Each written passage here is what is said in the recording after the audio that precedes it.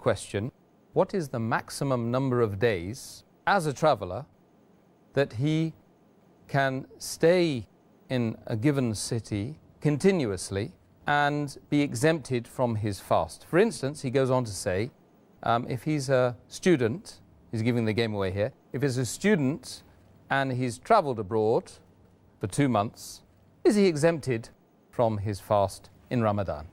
Most of the scholars, what they say, that what is the ruling for Salah? When a person travels, as Hadith I quoted earlier, that a beloved Prophet ﷺ said, mentioned in Sunan ibn Majah, Hadith number 1667, that a beloved Prophet says that Allah subhanahu wa ta'ala has exempted a person from fasting and half of these prayers when he's traveling, and exempted a woman from fasting when she's pregnant, etc. So the ruling what is there for Salah as a traveler, it is the same as for a person who's fasting. And most of the fuqaha, most of the scholars, though the difference of opinion, but as for Salah, they say that maximum person can stay in a city in one place after he has left his own hometown is for 4 days. So most of the scholars, they agree that same thing is for fasting, that maximum they can stay in a city and can be considered as a traveler is for 4 days. If they extend, then they will not be considered as a traveler. Though there is difference of opinion in different schools of thought, but the majority consider this. Coming to the second part of the question, that if a person goes for studies and stays in a foreign land, maybe for 2 months or 3 months or several months together, will he be considered as a traveler? No. In this condition, he's staying for a long time, for months together. As far as fasting is concerned, he will have to fast all the obligatory fast of the month of Ramadan. Next question. If a fasting person, he's been fasting the whole day, decides to travel in the afternoon, he starts his travel in the afternoon, is it compulsory upon him to break his fast, or is it optional?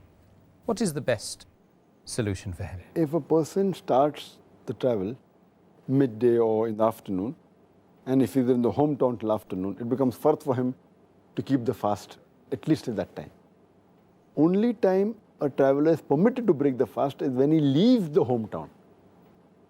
If he decides that he's going to leave in the afternoon, it's not possible that he does not fast in the morning. He has to fast in the morning, because there can be change of plans. If he decides in the afternoon, he may change his plan, so then it will be a sin on him. So if a person is traveling, the only time he can break the fast is when he leaves the city limits. Until he hasn't left, he should not break. So if he leaves the city limits in the afternoon, he is permitted to break, not that he should break. But if he feels there's no hardship, he can continue fasting and complete his fast. It's optional on him. Okay, excellent. Next question is from one of our viewers who's a pilot, and he considers himself to be in a perpetual state of travel. Every day he's traveling on the plane, long distances. And he's asking, is he exempted, therefore, from all fasts?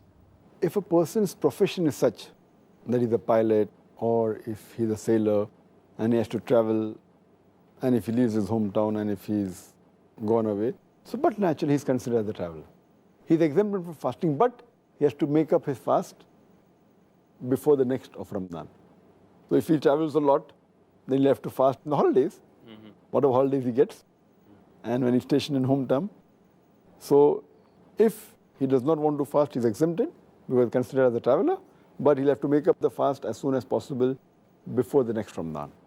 Unless he's traveling on a very long flight, maybe from India to New York, which is more than 12 hours. But if the flight is a short flight, I don't think so there'll be problem.